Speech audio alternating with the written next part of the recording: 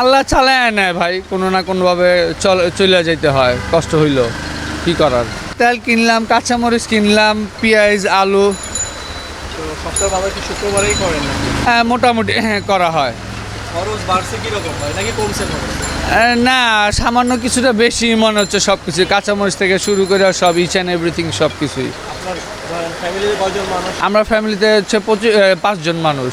তো মাসিক খরচ কিরকম বাড়ছে? মাসিক খরচ আপনার না হলে প্রতি মাসে সব কিছু মিলে আগের থেকে আপনার না হলেও মান্থলি আপনার 5 থেকে 7 হাজার টাকা বাড়ছে কাঁচা বাজার। আয় বাড়ছে? আয় আর কোথায় বাড়লো ভাই, আয় আগে যা ছিল এখনও তো তাই আছে বলেন, সব কিছুতে খরচ। ম্যানেজ করেন কিভাবে?